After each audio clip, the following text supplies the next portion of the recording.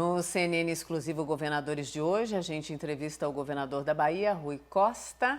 Bom, governador, muito boa noite para o senhor. Muito bem-vindo ao Expresso CNN. O senhor me ouve bem?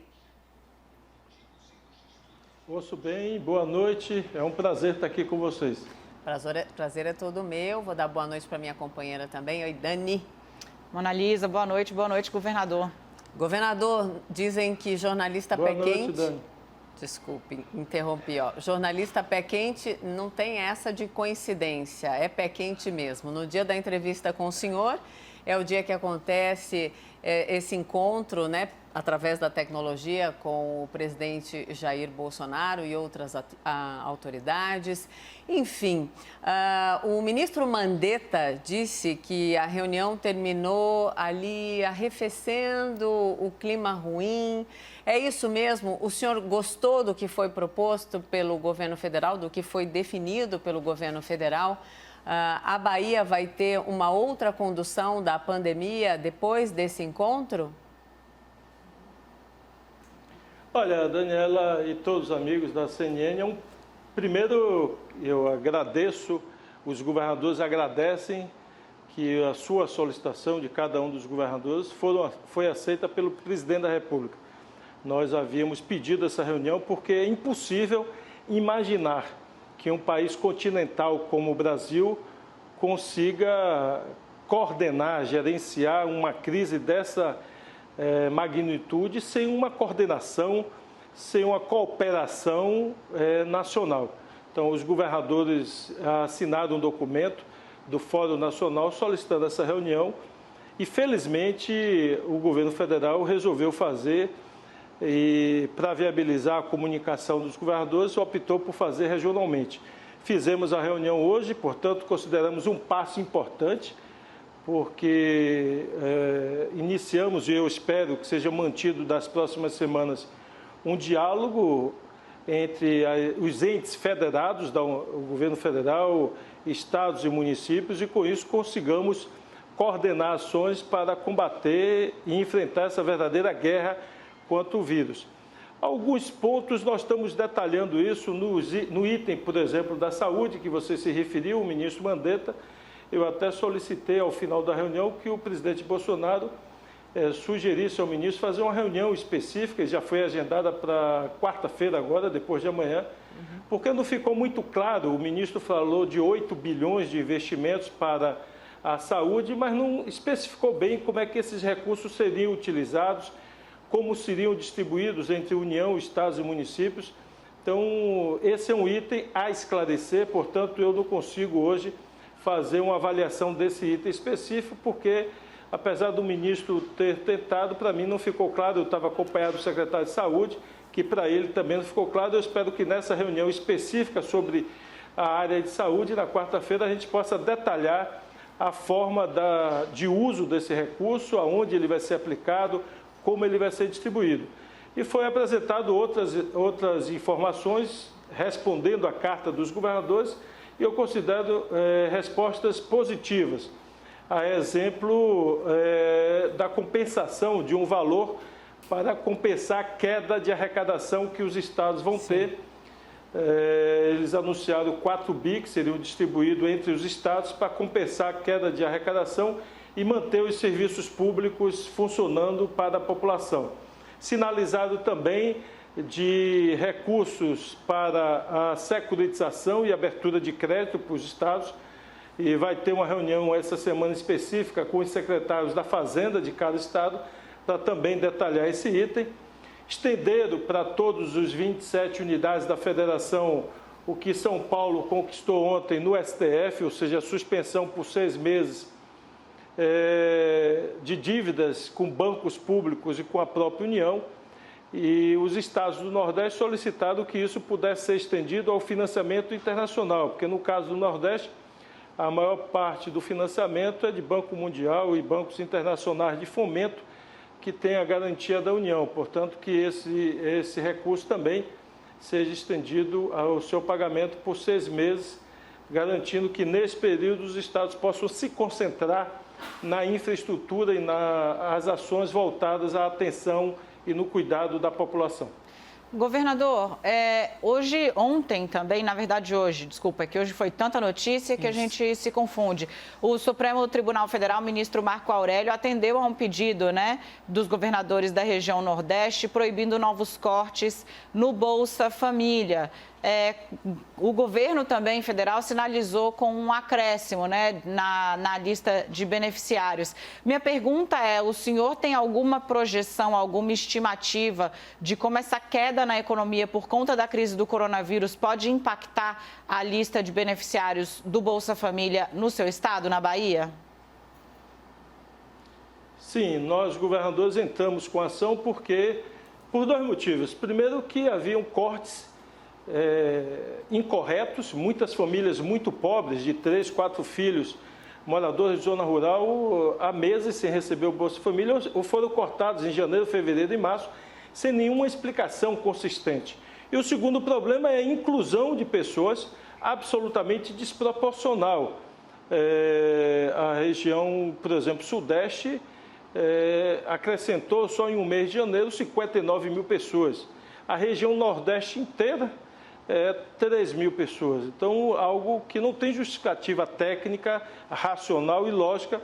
E a decisão do ministro Marco Aurélio não só suspende novos cortes, como manda repor aqueles que foram cortados no ano de 2020. Com isso, significa que a subsistência, a alimentação garantida para famílias pobres de zona rural, da periferia das cidades, o impacto vai ser muito grande, principalmente nas famílias e nos trabalhadores mais vulneráveis. Nós temos um percentual grande de trabalhadores autônomos que sustentam sua família com aquilo que ganham durante o dia, que ganham na semana. Portanto, são trabalhadores que não têm nenhuma reserva, nenhuma poupança para aguentar 2, 3, 4 semanas de paralisação completa das cidades. Então, haverá muito sofrimento dessas famílias. Por isso, é importante um investimento forte na área social, porque aí nós estamos equilibrando o cuidado com a saúde, com o cuidado básico da subsistência das pessoas. Então, é importante ter esse equilíbrio.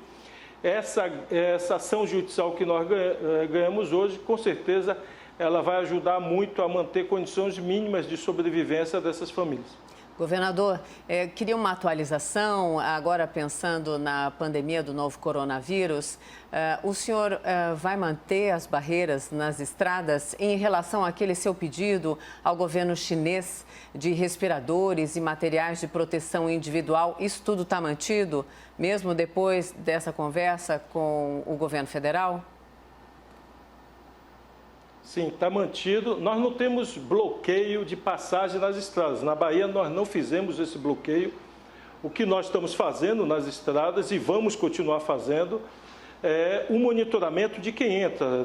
Os passageiros que chegam em ônibus ou em caminhões, as pessoas descem, a gente mede a temperatura, fazem uma rápida entrevista ali da condição de saúde da pessoa, para poder fazer um mínimo de diagnóstico de quem está entrando no estado. Suspendemos nas cidades, a exemplo da capital, que tem um maior número de casos, nós suspendemos os transportes intermunicipais. Eles continuarão suspensos. É uma guerra contra o vírus que mata pessoas no mundo inteiro e, portanto, nós temos que conter essas 2 semanas, principalmente, o contato e restringir o contato entre as pessoas. Então, não faz nenhum sentido. Todos os casos da Bahia foram importados. Eventuais pessoas que foram contaminadas aqui foram de pessoas que chegaram de viagem, ou do exterior, ou vieram do Rio e de São Paulo. E, portanto, restringir essa comunicação interna significa salvar vidas humanas. Nós não vamos abrir mão disso. Hoje, inclusive, eu insisti na reunião, eu não consigo entender esse comportamento da Agência Nacional de Vigilância Sanitária, Anvisa, que deveria estar fazendo uma triagem nos aeroportos, no mínimo medindo a temperatura dos passageiros. O mundo inteiro está fazendo isso, a Coreia, a China, todos os países estão fazendo isso. Aqui a Anvisa não faz, o Estado foi fazer e eles ainda recorrem judicialmente para impedir o Estado de pegar a temperatura de quem chega. Hoje eu coloquei isso na reunião, o ministro da Saúde, até para minha surpresa, diz que isso não é uma solução. Eu digo, Ô, ministro, se não servisse para nada, não era feito na maior parte do mundo. De fato, tem pessoas que estão com vírus e não estão com febre. Mas numa pandemia dessa, muito provavelmente quem está com febre está com vírus. Então, é importante saber se a pessoa que chega no ônibus, que chega no avião, está com febre. Claro que é. É por isso que o país inteiro, o mundo inteiro, todos os países do mundo estão medindo a temperatura de quem chega, medindo que temperatura nas estradas dos passageiros de carro. Então, eu não consigo entender por que essa resistência da Anvisa, por que essa má vontade. Afinal de contas, não é recurso federal, nós estamos usando recursos do Estado para monitorar os passageiros que chegam. Realmente, eu não consigo entender o que passa pela cabeça de alguns gestores públicos. Governador, qual a situação dos leitos aí na Bahia? Quantos leitos de UTI o senhor tem disponível? Quantos leitos para atendimento, para internação? E qual é o plano para abrir novos leitos? Porque eu imagino que, a exemplo do resto do país, o que tem aí não é suficiente, né? Nós estamos adotando uma estratégia aqui de não compartilhar, de não misturar pacientes do coronavírus com outros pacientes. Então, o que nós fizemos aqui foi, por exemplo, pegar um hospital, 2 hospitais, retirar todos os pacientes, remanejar para outros hospitais e deixar 2 hospitais inicialmente exclusivos para pacientes do coronavírus. Com isso, nós evitamos que, eventualmente, houvesse contaminação de outros pacientes que têm outros problemas de saúde, que se eu contraísse o vírus, teria complicações graves. E nós, inicialmente, estamos ofertando esses 2 hospitais e estamos projetando um acréscimo de 600 novos leitos com unidades hospitalares que já estão em andamento e serão concluídas no máximo em 30 dias. Tem um novo hospital metropolitano, um novo hospital em Feira, que está em fase de acabamento final. Em 30 dias a gente coloca em funcionamento. E também estamos ampliando nessas unidades leitos provisórios. E estamos analisando essa semana, vamos finalizar, de botar leitos de UTI na Fonte Nova, aproveitando as áreas, diferente do que o Pacaembu fez, que fez no campo. Nós vamos aproveitar as áreas de camarote, de lounge, que já são áreas refrigeradas com ar-condicionado, já tem toda a infraestrutura, e nós vamos apenas instalar as UTIs, sai muito mais barato, mais rápido, e nós estamos cotando apenas para fornecedores e gestores fazer o serviço completo. Então, a nossa meta é conseguir, em 45 dias, ofertar 600 novos leitos, se forem necessários para os pacientes de coronavírus. Mas 2 dúvidas, governador. Na Fonte Nova, seriam, então, aproveitando a estrutura para casos de alta ou baixa complexidade? Já emendando a pergunta, o senhor disse que iria reativar as UPAs no interior do estado, né? As unidades de pronto atendimento. Isso já está sendo feito, está sendo planejado? Faz parte dessas medidas que o senhor acabou de contar? Na Fonte Nova, diferente do que está sendo feito no Pacaembu, que é para baixa complexidade, nós vamos botar de alta complexidade, porque eu não vou fazer instalação provisória no campo. Nós vamos usar as áreas em cima de camarote e de lounge, que são áreas nobres, já refrigeradas, todas fechadas, adequadas e entrando com maquinário, colocando gás, vamos colocar tomógrafo. Então, nós vamos fazer leitos de UTI mesmo para os pacientes. Com relação às UPAs, temos UPAs, identificamos 16 no interior que haviam ficado prontas há 1, 2, 3 anos e que os prefeitos não colocaram em funcionamento porque não tinham recurso. Então, são unidades novas que nunca foram utilizadas. Nós já contactamos com todos os prefeitos e, no máximo, em 15 dias, elas entrarão em funcionamento. Elas serão uma espécie de cinturão de triagem para os pacientes. Então, os pacientes que estão sentindo algo mais, que não podem ficar em casa, estão com falta de ar, então ela vai ser um estágio inicial para receber os pacientes, vai ter respiradores, vai ter atendimento médico, então ali os pacientes ficam. Se melhorar, eles retornam para casa para concluir o seu tratamento em casa. Se complicarem, nós trazemos para os hospitais. Então, vai ser um verdadeiro cinturão de triagem, utilizando essas 16 UPAs. E estamos vendo outros espaços que os municípios estão oferecendo de pronto atendimento, de hospital, para também montar como cinturão de triagem, de pré-atendimento hospitalar. Então, essas unidades funcionarão como uma espécie de regulação para trazer ou não para o hospital. Traremos para o hospital apenas os casos mais graves. Governador, uma última pergunta muito breve aqui. Vários analistas viram hoje, ou relataram hoje, uma mudança de comportamento do presidente Jair Bolsonaro com relação não só à oposição, mas ao próprio combate à doença. Eu gostaria de saber se o senhor concorda com isso e se sim ou não, por quê? A que atribui? Sim, eu verifiquei, foi nítido.